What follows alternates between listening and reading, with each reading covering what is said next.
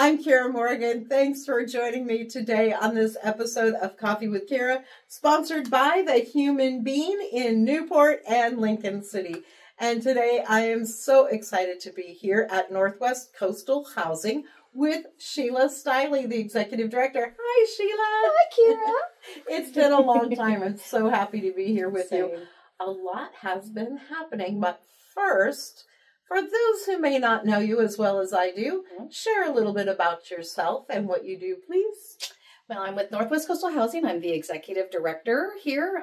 We do nonprofit affordable housing development and ventured into the world of homelessness and all the way up to home ownership. So we've got quite the gamut that we've been working on. I've literally been here working with this agency since 2004, but under their umbrella since 2009.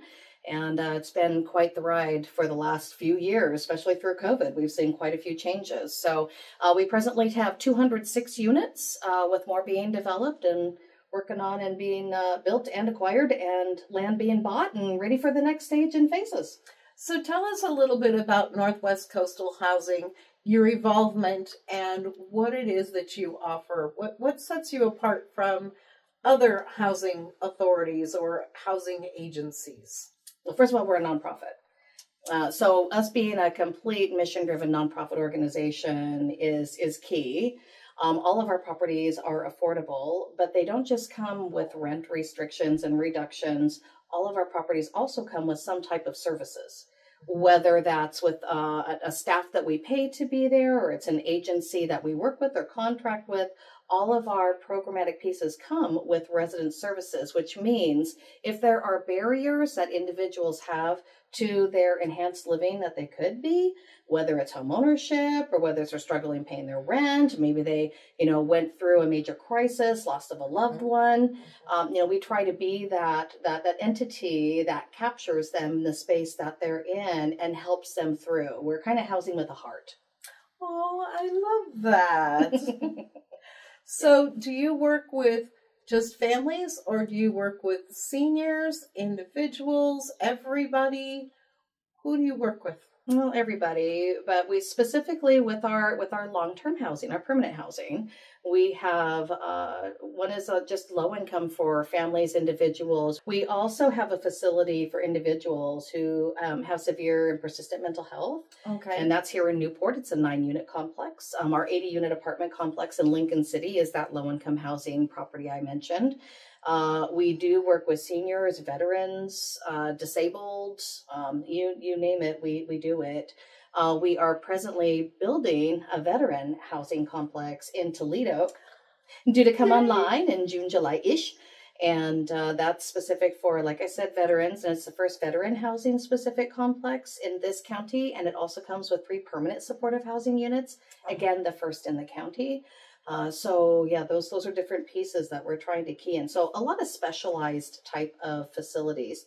We also ventured out into Tillamook, and that was a senior housing development that we saved. We were the first ever in the nation to save it under the certain program called a 2-part transfer program with rural development, and they never want to do that again, and they even renamed it. But guess what? They call it a simple transfer now, and it's not. But yeah, now the federal government has their eyes on us with that, and it's in really a good way. In a good way. It's paved the way for other agencies such as myself, community-based organizations, community development organizations, to be able to purchase more projects like that are at risk of loss of their affordability. And basically what that means is you've got market rate rents, and these folks watch their neighbors not be able to afford the rents who had been there for 25 years and all of a sudden had no place to call home. So, I mean, that's pretty, that'll shake a person up, especially when it's a senior, So anyway, we were able to capture and save that one and completely rehab it. And we're not done venturing out into other counties. So that is our long range plan. That's why we changed our name to Northwest Coastal Housing. But we also ventured into the homelessness world when we purchased and were awarded funds to purchase a project turnkey facility the first go around. And that was a Coastal Phoenix Rising facility up in Lincoln City, which is a low barrier shelter. And we're quite proud of that facility. And it was so successful. But we recognized while we were there that there were needs outside of what we were capable of being able to provide, because it's a shelter. It's not a long-term housing option. So there has to be a others. time limit, or, correct? Right. Because there has to be. There has to be. Yeah. So in order to address people's needs, you have to have a long-range plan of what that housing is. And not all of that is an apartment.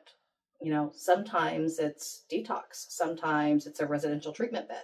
Sometimes it's an adult foster care. Sometimes it's a nursing home. And you know what? Sometimes it's a transitional living facility for individuals in recovery who still need time. Right, because recovery, I'm glad you brought that up. Recovery is not something that happens overnight. You can be 30 days drug or alcohol free, but it's a continuous program that you have to follow. And it's real easy if you lose your housing or you have a setback in your life emotionally to fall off and get back where you were before, right? Absolutely. And I think the last 2 years have been so educational when it comes to the homeless population, the houselessness that we're seeing in our area. It's not what people envision.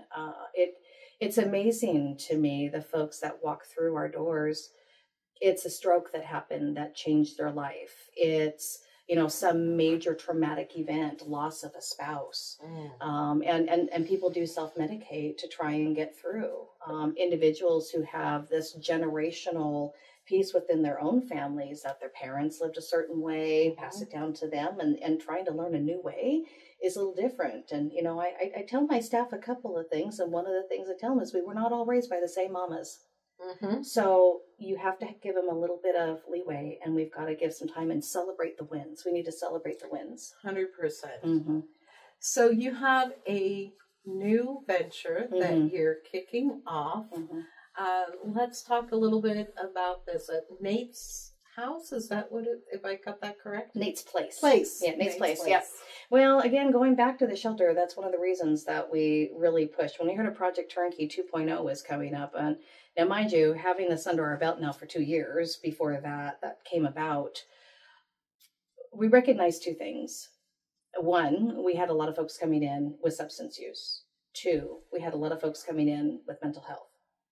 And it's not like always severe mental health. It's like there's a lot of trauma-based and crisis-oriented type of mental health needs that people have. And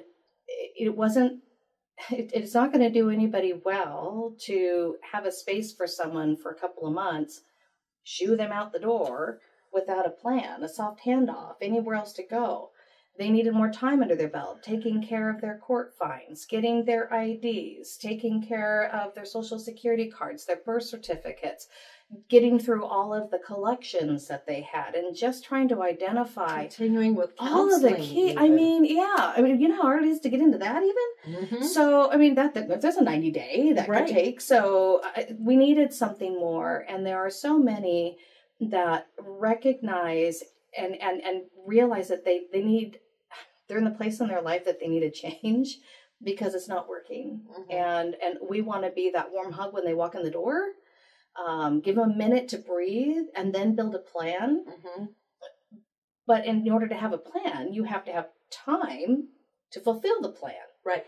And you have to build that first piece. And so the first piece is, how do we make sure that people who walk through our door aren't just having a shelter with a roof over their head, but they have services, they have navigation help, that they are having assistance with peer-to-peer work. They're being exposed to opportunity. So we began to bring those services to the low barrier shelter, providing the opportunity for folks to be able to make those changes, have access to those resources. What could that mean for them? And then have the time to be able to do something about it. So with this in mind, just sitting back and having a lot of ahas and an oh wows and things over the last 2 years, we desperately needed to have a transitional shelter, transitional living, housing, whatever you want to call it. We needed it. And we needed it for people who were in the space of recovery. And so I gave Lori Lager a call at ReConnections Counseling. We go back to 2002, working together for a long time. And I thought, this is someone I would love to be able to do something with, because we do housing really well. They do services really well. In specific. Let the two meet. That's right. Let's see if we can combine this effort.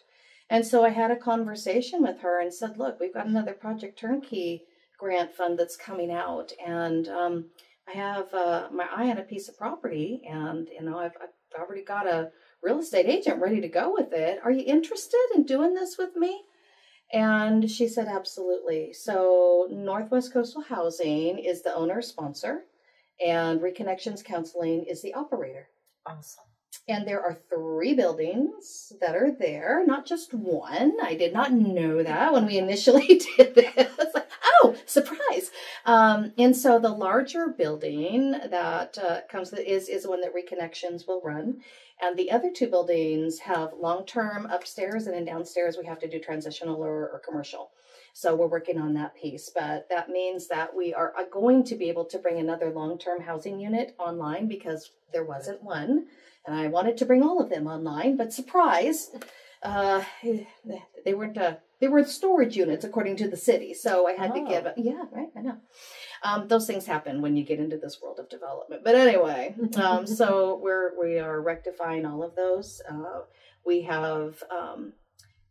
We've been going through a major construction rehab, and understanding that we're talking about people in transitional housing.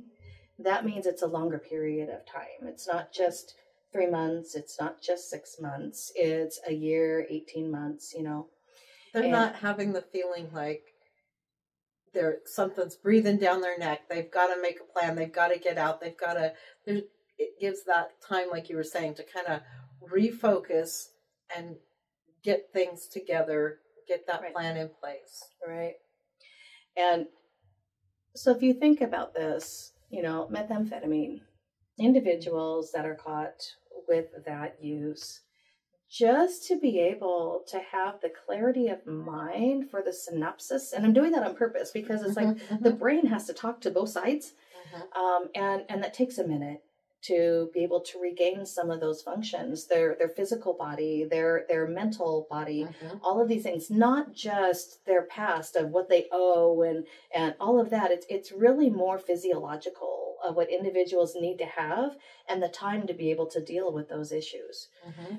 So this provides a space to be able to do that. And that was really key to me. So working with ReConnections, their criteria is they are a client of ReConnections.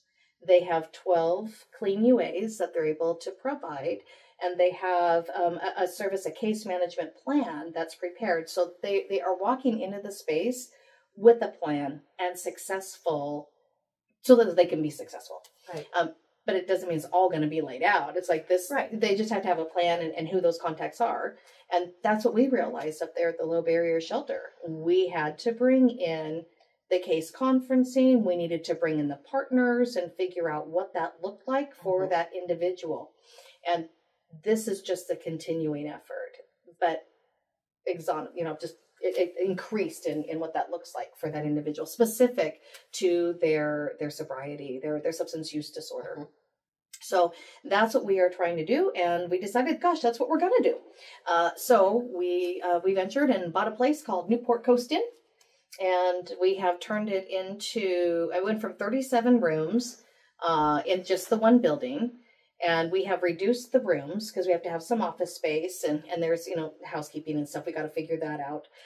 But we've added 3 family rooms. So we took 6 units. I put a door in between so that there could be kids and parent. So it's now a family unit, but it can also be closed off in case we have to go back to single units. Right. But it has the ability. Awesome. I know, right? I want to be creative about that. I like transformers. We can transform things and multi-use. Bunk beds. Make the most use of the space. I know. I'm so excited about that. And be able to shut the door when the kids. Anyway, so. But one of the really important key things, when you think about a hotel room, right? You walk in and to a standard hotel room, you got a bed, you've got a TV, you probably have a little mini fridge and a microwave if you're lucky, but not all of them have that, like this one. Oh. And then you have a bathroom. Now, you might have a hanger rod for closet, and then a bathroom. We're going to wash your dishes. I don't want to wash mine in the bathroom. How about you? So, and it's not a sanitary thing anyway. So I thinking long term, that was one of the key things that we wanted to do, was to transform the space to make it more user friendly for the longer term stay.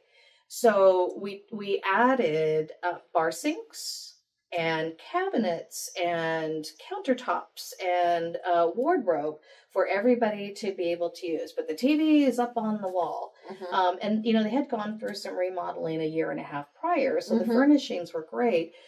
Just not all of them were usable for what we needed to have. So we were able to take some of those well-used materials and ship them up north to our other project, right? Yeah, so nice. It worked out really well. But then we have these beautiful new cabinets and kitchen cabinets and counter spaces. So, and what our hope is that they can do is, I like to hang my clothes too. It's only an 18-inch wardrobe. So we have lots of drawers. But it has space in the rooms now where people can even wheel in, if they want, one of those transported portable closets.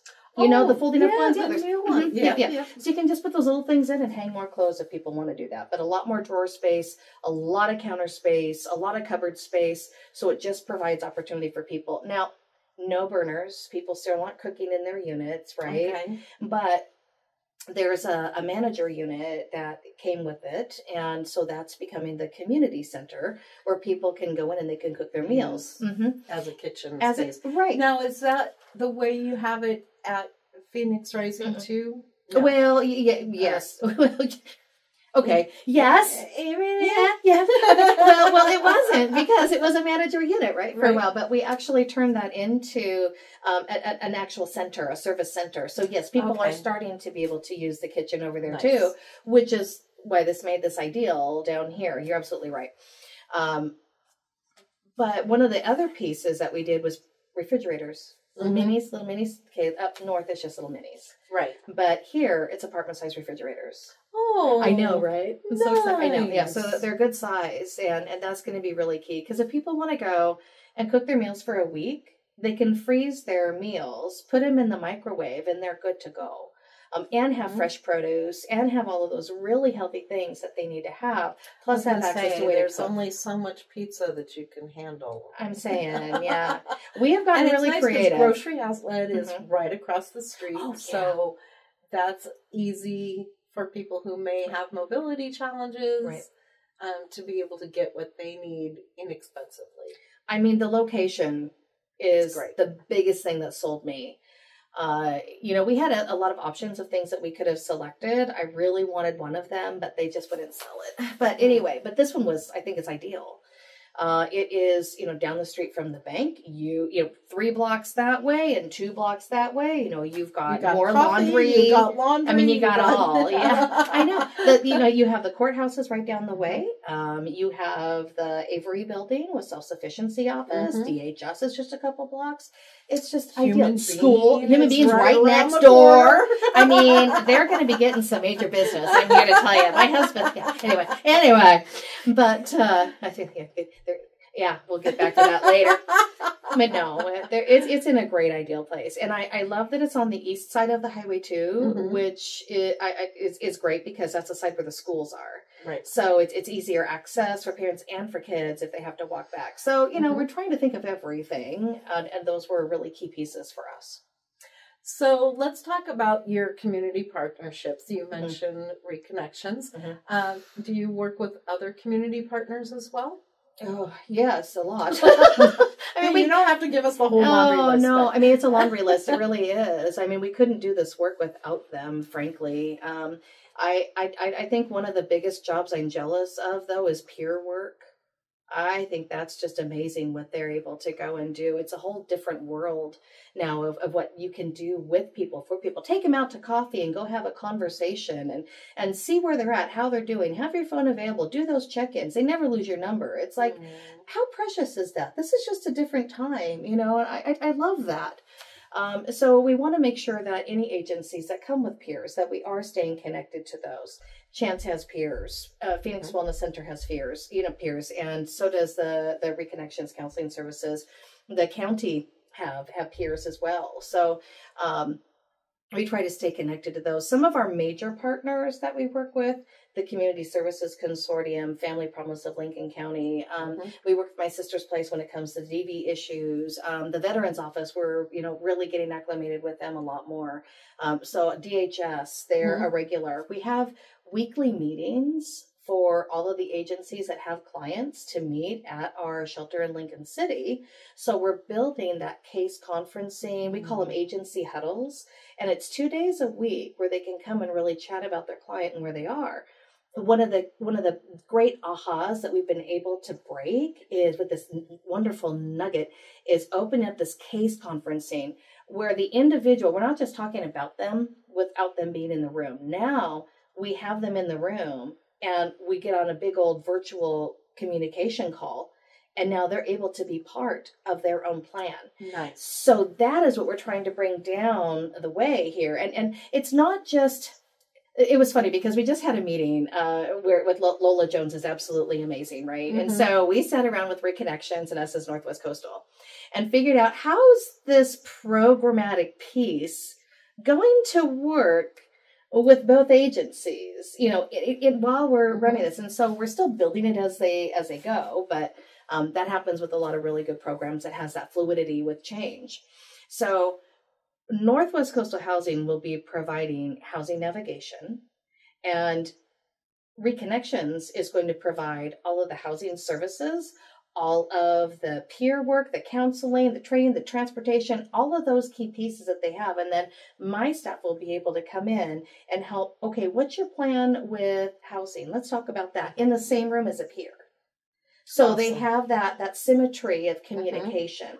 We've established that. And you're not having to repeat your story and repeat your plan to so many different people, which becomes taxing to folks. And they're just like, "What? I already did this. Why am I doing it again?" Yeah, we're and not. It can be defeating. So that's amazing. Yeah, we try to minimize the re-traumatizing individuals with their stories. It's hard, and trauma is a real beast. I'm here to tell you, and trying to be as trauma-informed as a workplace to start so that we can better serve other individuals and our clients and each other. It's really critical for people's stability and understanding and moving on. And that I want everybody that walks through the door to be treated like a human and with dignity and respect. It's how but it doesn't always happen.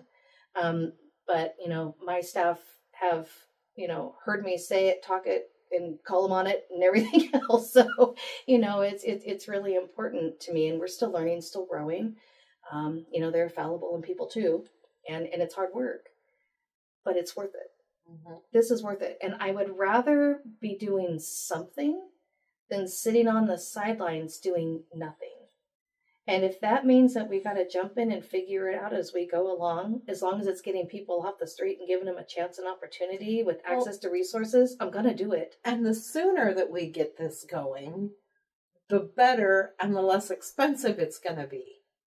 Absolutely. I mean, you think about the cost inferences as the county and the city taking on public service dollars, just to be able to deal with a lot of the stuff that they have. And this provides that stability in the space and the communication and all in one spot access, And one of the things that's really important too, a lot of people get really afraid because they think, oh my gosh, now you're bringing drug addicts in here and now we're going to have a whole lot of issues.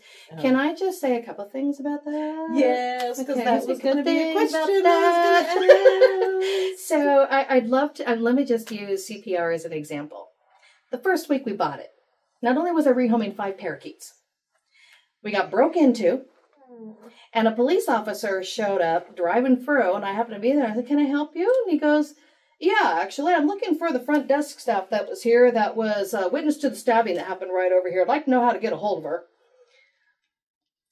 Okay, so that's not what we have at our facilities. We're bettering the places that we're in, where we have security that's there all the time. We don't want to be a place where there's stabbings and there's Where things people going are on. afraid. No, we Right. want to have a place that we want to be a good neighbor. We want to have a safe place. And frankly, the surveillance, we have major surveillance camera systems there too. And with our security that's there, I mean, it's for the protection of the people that are there from folks that are trying to come in. And that provides a safer space and place. And do you know how many times I have heard from individuals, whether it's the hotel up north or whether it's our one here, gosh, this is a little deja vu. This is where I used before. And that's what we're trying to change. Well, this is time for a new story. Mm-hmm. This is time for something new for you to do, to live, and to be. So And to we're learn gonna what change it's that. like to be a good neighbor. Yeah. Oh, well, they got to do it. Yeah, that's Right. be in the water. Yeah, that's Absolutely. It's a soft skills thing. It's hard for folks. I mean, Lincoln City, you have a lot of folks in Otis who like to be really far removed, and all of a sudden they're plunked into a facility right in the middle of town.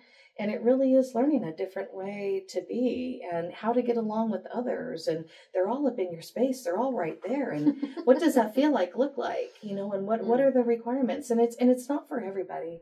It's not going to be everybody's cup of tea. Neither is Nate's place. Right. But it is going to make a difference It'll for be here so for many those people who are willing to make the effort. And it'll be there for them when they come back around and decide it is their time.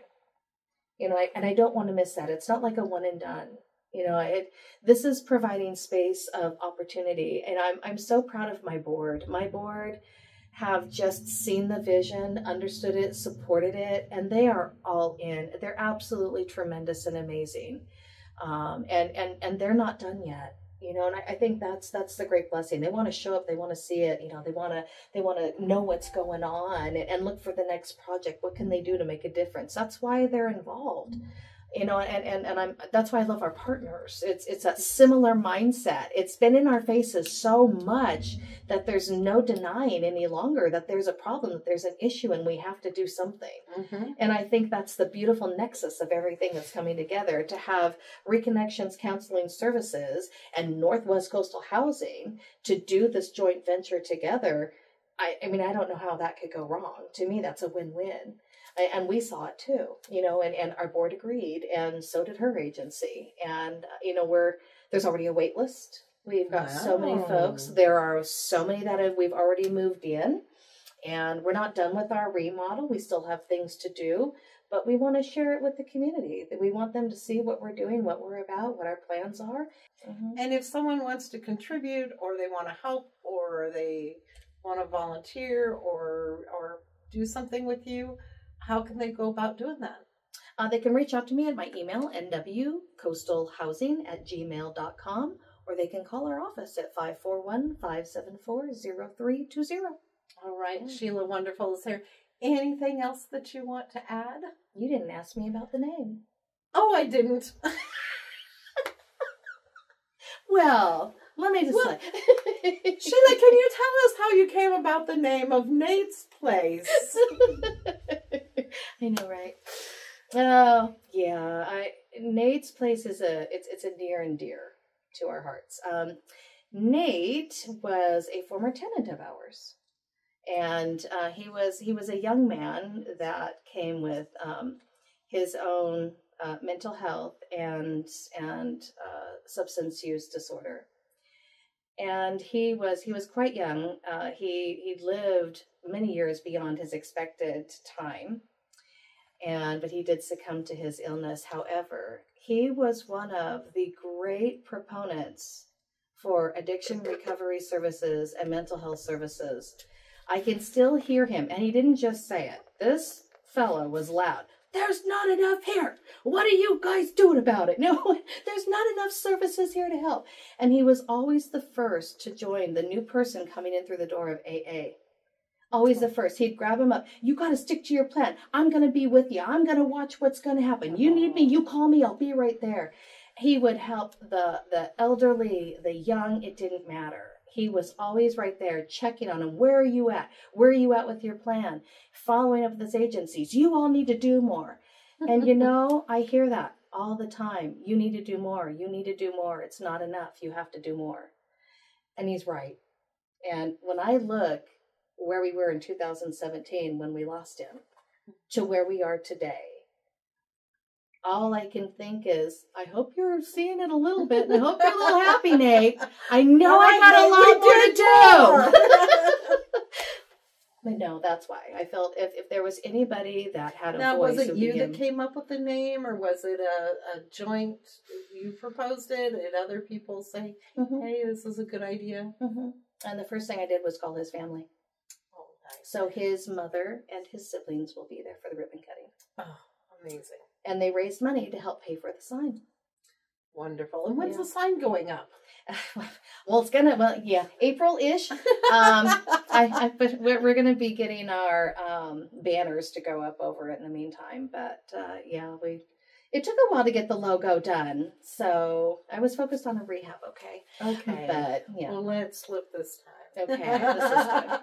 No, but we're super excited and blessed to have them here, and just really grateful for the opportunity that we have to hopefully make a really big impact, not only in our community, but in our county, in the place that we call home, with the people we live to next door, Well, Shiela, thank you so much for the work that you do, your board, your staff, your community partners in making this happen for folks. And it really, truly does change people's lives.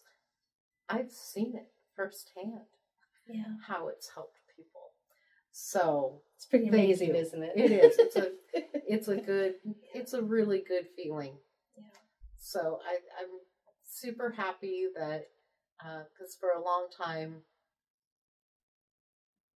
the unhoused were not taken seriously, and it was, that's an individual's problem. Yeah. For many, many years. And as you know, it's been a passion of mine as well for a very long time. And I am so happy to see that agencies are going, okay, we have this problem as a community. As a community, we need to help individuals to solve this problem. Yeah. Childcare is next. Childcare is next. That's my next one. I'm not kidding. Or I shouldn't say next. It's continuing. But yes, thank you. Thank you for what you do. Well, it's like I said, it's a humbling experience, and we couldn't do it without our agency partners. It's not a one-man show. Right. This cannot be a one-man show. There's no way, not if we're going to make a difference. So I'm so grateful for all the partners. All right. Thank you. And did I miss anything else? Don't think so. Okay. Well, if we're there, then I want to say thank you so much for joining us on Coffee with Kiera. Again, we're sponsored by The Human Being in Newport at 6th Street and Highway 101, and in Lincoln City at the north end of the highway on the west side by TLC Credit Union. If you enjoyed this episode and more, be sure to subscribe, ring the bell so we can give you some notifications that we've got another one up and going. Share with friends, all that good stuff. We appreciate your viewership and listenership.